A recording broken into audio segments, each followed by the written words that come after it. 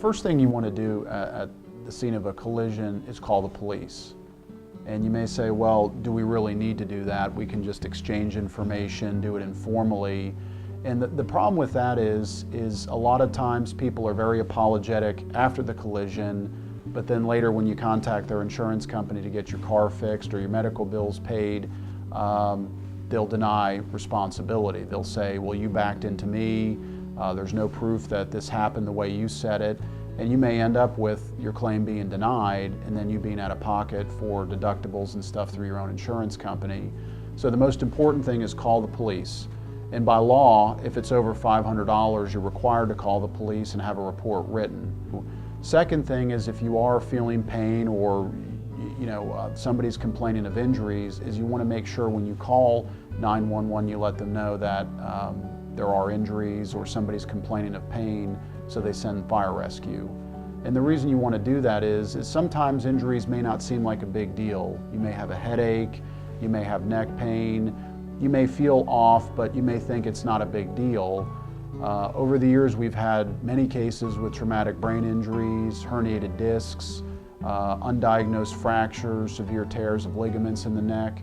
And if those go undiagnosed for a long period of time, you can actually end up in worse condition later than if you go and get treated. Because at the ER, they can stabilize your neck. They can do lots of things to make sure that you're okay. So it's very important if you are feeling pain to let the officer know, and if you're calling 911 to let them know, so fire rescue comes out and treats you, and if necessary also transports you, because you want to make sure if there is a suspected brain injury, neck injury, back injury, or any spine injury, that you're braced on the backboard properly, because a lot of injuries can result from moving your neck or back if you have those types of injuries I just described. And then next, if you are physically able, I would highly recommend taking your cell phone. We all have iPhones or Android phones that have nice cameras, and get some good photos of the scene, of the car damage. Get good photos if possible of the debris in the roadway so we know where it happened, because it's amazing later how insurance companies will encourage their insureds to lie about what happened. And you may say, how can they do that? And you just want to make sure you've got, if you can do it, photos of the position of the vehicles. If you have to move them, certainly get photos of the vehicle damage. That way later there's no dispute as to what the damage was. You would think liability is really simple in cases, especially rear end collisions. It's not. The last thing, which is very, very, very important, is if there are witnesses that are nice enough to stay, please get their names and numbers and write them down, because an independent witness will win a case 100% of the time. If you don't have an independent witness, it doesn't mean you won't win your case, but then it can become a he said, she said type situation. And where we see that a lot is intersectional collisions with the red light, green light. The at-fault party is going to say, well, I had the green light. Client's going to say, I had the green light. And the problem you run into, who's telling the truth? The police officer wasn't there, so he can't testify who had the green light. So if you have an independent witness or witnesses that are willing to stay, which is very nice, get their names and numbers. Don't rely on the police, because many, many cases, they'll only get one witness when there was maybe 2 or 3. We've had witnesses die. It happens, strangely enough, it happens more times than not. We go to talk to the witnesses maybe months later, and either they're deceased, they've moved out of town, they can't be found, their numbers have changed, and it can be a real challenge. So those witnesses are very, very critical. Especially a lot of times at-fault parties try to challenge their traffic tickets, and if you have a witness and they're found guilty, that can really help your case. So, the most important things are call the police, make sure rescue comes out, and get photographs. Now, again, if you're hurt, you want to get to the hospital as soon as possible and get checked out. Our governor enacted some very strict changes in our automobile insurance law, and why emergency treatment is important is normally we have $10,000, all of us, we all have $10,000 of benefits to pay our medical bills. Well, if it's not an emergency medical condition, start January 1st, 2013, it goes down to $2,500. And given what a hospital charges, and if you are seriously hurt, that could make a huge difference in the bills later. So if you are hurting, it is very advisable to get to the emergency room, get checked out, and document that, hey, I had an emergency condition that needed treatment. Otherwise, you'll end up with $7,500 less of benefits and potentially $7,500 out of any recovery you make from the other side. So that can be financially devastating, and that's something obviously that concerns us as lawyers. Under the new changes as well, very interestingly, if you go to a doctor 15 days after a collision, you don't get any PIP, and that's despite you paid for it all year long. To just wait and see how it goes will hurt you big time under the new changes in the law. If you really are hurt, you should get a lawyer, and you may say, why? You know, I can handle this myself. What I see time and time again is people run roughshod over by the insurance company. What I mean by that is they'll require a recorded statement, they'll require you to sign a release and get medical records that aren't even relevant to the collision, like psychological, psychiatric, drug abuse, things like that.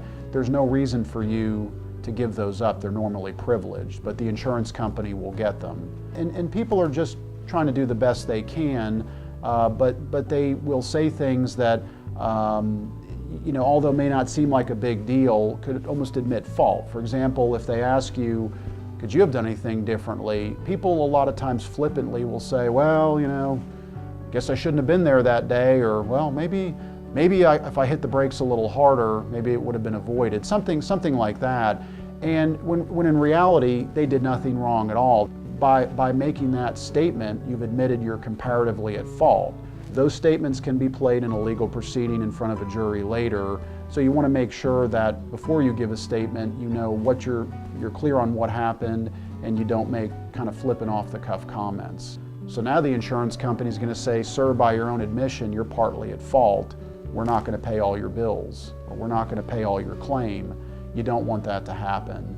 And by hiring a seasoned lawyer that does this day in, day out, they'll know better to prepare you for your statement, so you know what questions are going to be asked, so you don't make flippant comments. In terms of treatment, I see a lot of people make mistakes on the doctors they go to or clinics they go to.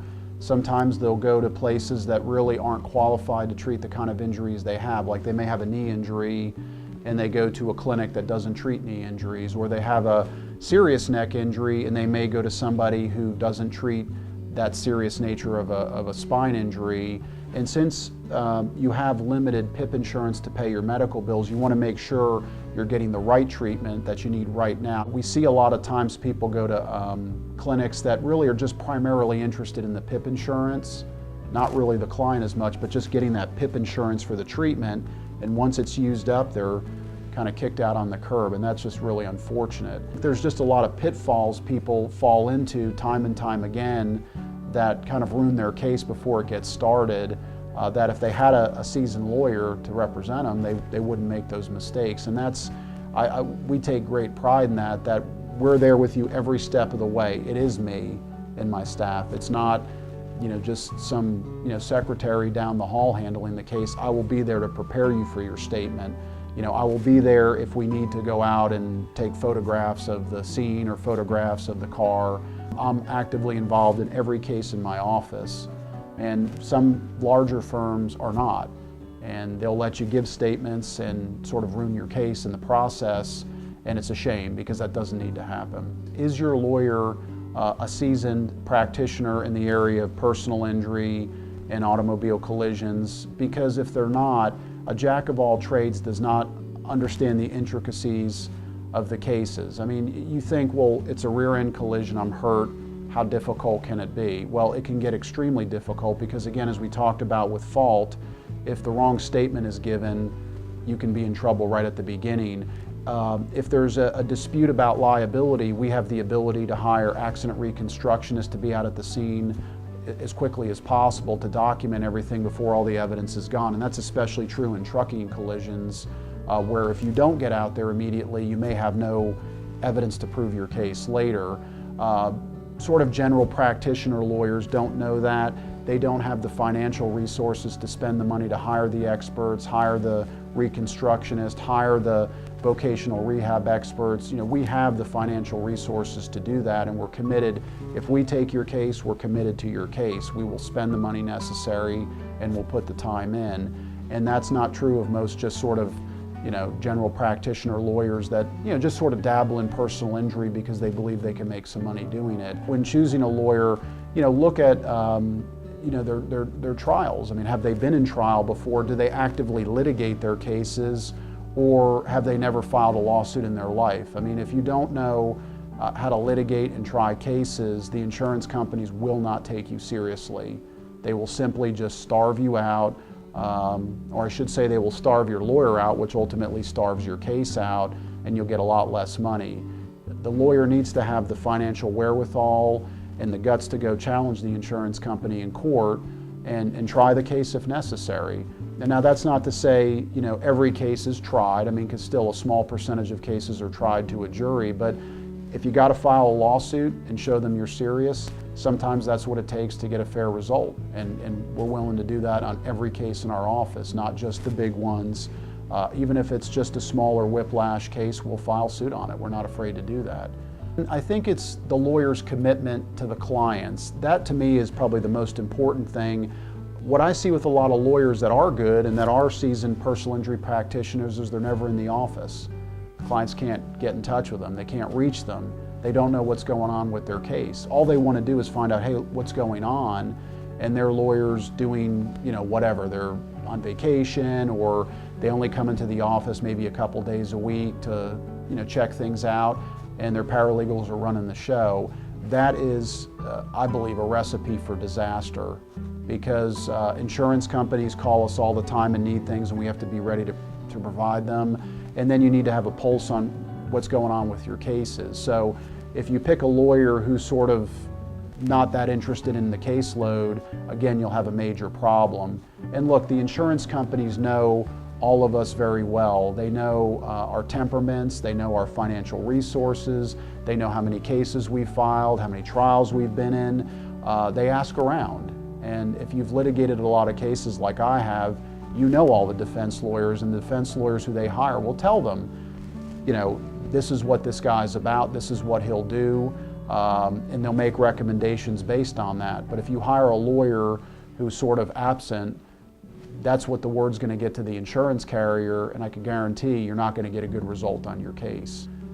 You need to ask the lawyer, how many cases are you handling? Because if they're handling hundreds and hundreds of files, there's no realistic way they can handle your case properly.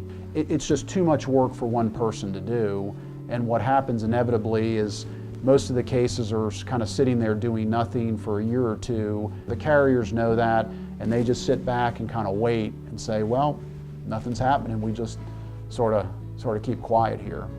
I started my own firm in 1993. We're celebrating our 20th anniversary, and in that time I've handled multiple thousands of automobile collision cases, and it's run the gamut from low property damage to total losses, trucking collisions, products liability type things. We've dealt with fuel-fed fires and things like that, but we've handled thousands and thousands and thousands of these cases, and I have staff that's been with me 15, 17 years, long-term employees that know what they're doing. So we know how to jump on a case quickly, diagnose and figure out what we need to do and get it done quickly. We do it day in, day out, day in, day out, and we've done that now for 20 years. So that's very important to have somebody with that type of experience that knows exactly how to deal with all the paperwork, how to deal with the adjusters, how to deal with documenting evidence, statements, hiring the right experts if you need them, like accident reconstructionists or things like that. And again, we deal with those issues day in and day out. So I think we're uniquely qualified to handle these cases because it's what we do every single day, and we've done it that way for 20 years.